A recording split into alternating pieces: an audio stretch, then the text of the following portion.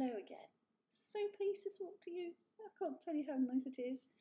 This next chapter is 56 and it's called The New Lodges. The second lodge would have to be bigger than the first if it was going to fit Broadfoot the bull moose. He was a towering hulk of an animal and had a thick coat of fur, but even he was struggling with the frigid temperatures. Frigid means really cold. Broadfoot lived on the other side of the pond in a dense section of forest that was home to many animals, most of whom were in desperate need of a good thaw. The winter days were short, so there was no time to waste, and rather than walking all the way around the pond, Ros tested its frozen surface to see if it was safe to cross. She threw a heavy rock high in the air and watched it bounce off the hard ice. Then she carefully walked over the ice and into the forest on the other side, where she found Broadfoot waiting for her. The moose quietly led the robot to the clearing in the trees where the new lodge would go. Then Ros made a fire and watched as cold creatures began crawling out from the shadows. "Do not worry," the robot said to the growing crowd, steam puffing from their noses. "You will all be warm soon, but I need your help." Ros asked the animals to collect anything useful they could find. Large stones, strong branches, chunks of frozen mud. With the robot's building expertise and a small army of helpers, construction of the second lodge didn't take long. The animals happily agreed to the robot's truce, and then they shuffled into the warm wooden dome. "If you will keep the fire alive, it will keep you alive," explained Ros as she dropped another log onto the flames. "But be careful, fire can turn deadly in an instant." At dawn, heavy snow was falling again, and there was Ros setting out from the nest to build a third lodge. She trudged into the great meadow where fierce winds had created enormous sweeping snowdrifts. But she powered through and finished the job, and was soon beginning work on a fourth lodge, and then a fifth. The island became dotted with lodges that all glowed warmly through those long winter nights, and inside each one, animals laughed and shared stories and cheered their good friend Ros. The fire. Strange sounds were echoing from the far side of the pond. What started as a low murmur gradually swelled to a chorus of terrified voices. There was an eerie glow in that part of the forest, and a thick plume of smoke began rising up from the snowy treetops. Ros charged through the ice and found the second lodge completely engulfed in a raging fire. Frightened animals were running in every direction, fleeing for their lives through the deep snow. "What happened?" shouted Ros as Broadfoot galloped wildly past. "We put too many logs on the fire pit," he said without stopping. "The flames climbed up to the ceiling." "My baby is still in there," cried a mother hare, pointing at the burning lodge. "Somebody help, please." Ros didn't hesitate. She ploughed through the snow and ducked into the lodge. Flames and smoke were everywhere. A tall stack of logs blazed in the fire pit, and in the far corner a tiny ball of fur was shaking with fear. Crouching low, the robot wound her way beneath the smoke and around the flames and gently scooped up the young hare. "Do not worry," Ros yelled over the roar of the fire. "You are going to be okay." She turned to leave, but the doorway had started to crumble. So she shielded the hare with her body and smashed right through the walls of the lodge. Sizzling pieces of wood went flying as the robot and hare burst outside in the soft snow. "Oh, darling, you're all right," cried the mother hare, pulling her daughter close. "Thank you for saving my baby, Ros." Now that everyone was safely away, the robot turned her attention to putting out the fire. Her glowing eyes darted around as she computed a plan. Then, with all the strength in her legs, Ros launched herself high up into the snowy branches of the nearest pine tree. A moment later, the tree was shaking violently, and heaps of snow were sliding from its branches and pouring onto the flames like an avalanche. Steam hissed up through the smothering mound of snow. The flames quickly died, the snow quickly melted, and within minutes all that remained was the charred foundation of the lodge. Ros dropped down from the tree and waited as the frightened animals slowly returned.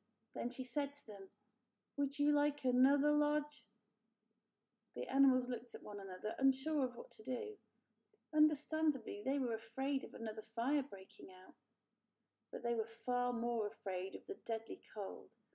So they pulled together and worked with Roz and built a bigger, better lodge on top of the old one. It had a taller ceiling and a deeper fire pit. It was made with more rock and less wood, and it had a supply of water for emergencies. But the most important safety features of this rebuilt lodge were the lodgers themselves, who now had a whole new respect for fire. The last one we're going to read today is called The Conversations. Thanks to Roz's truce, life inside the nest was mostly harmonious. But when the animals went outside, it was business as usual. Sometimes a lodger wouldn't return. Sometimes a lodger would return in the belly of another lodger. As you can imagine, that made for some awkward moments. So when everyone was gathered around the fire, they tried to keep things pleasant by having conversations like these. "I wonder what Brightbird is doing right now." Chit-Chat lay on her back and looked at the ceiling as she spoke.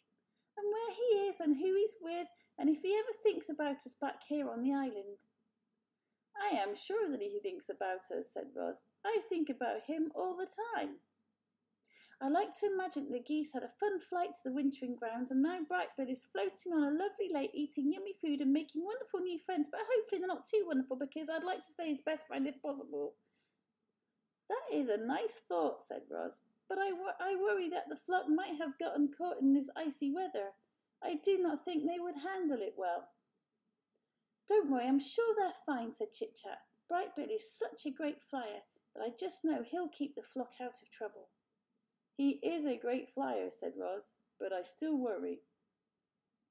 Life is short. Dig Down, the old groundhog, was giving another one of her fireside speeches. "I'll be lucky if I see the spring. I don't want your pity. I've had a good run. But I'll tell you what, if I could do it all over again, I'd spend more time helping others. All I've ever done is dig tunnels.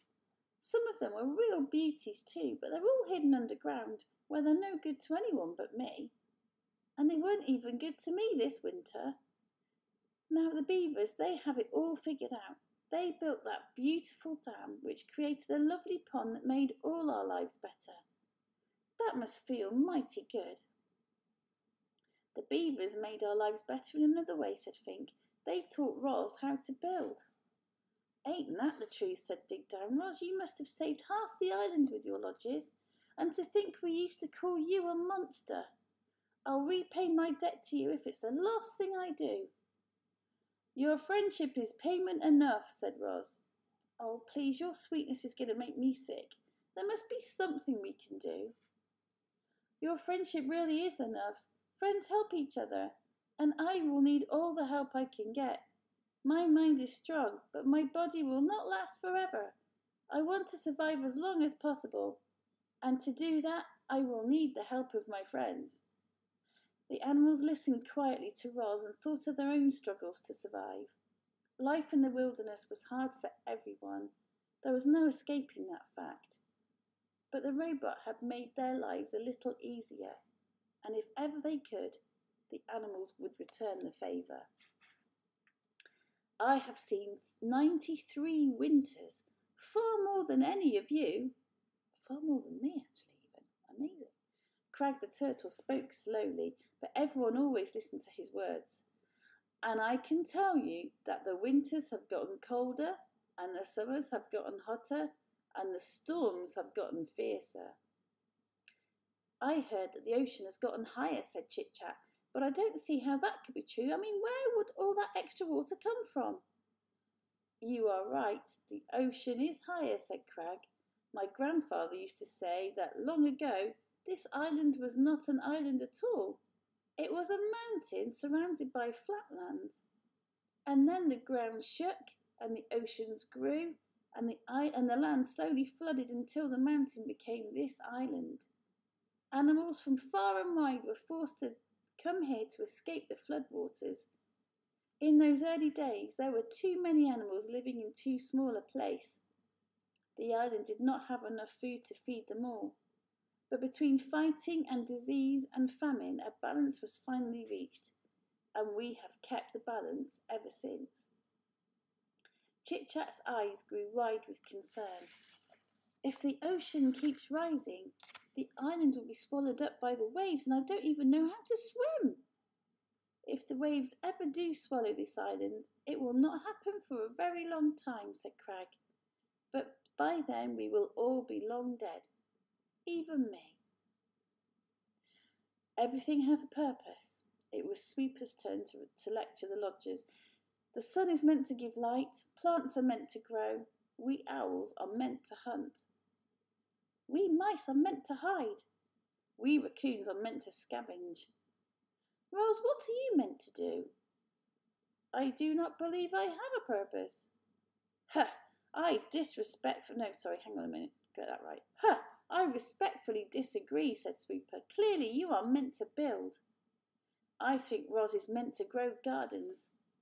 Roz is definitely meant to care for Brightbill.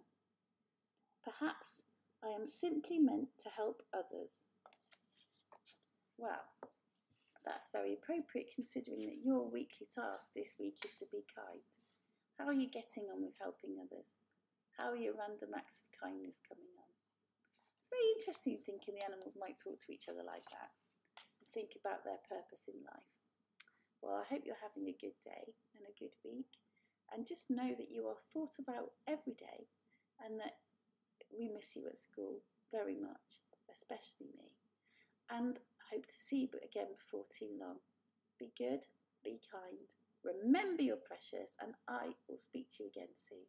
Thanks for listening. Bye for now.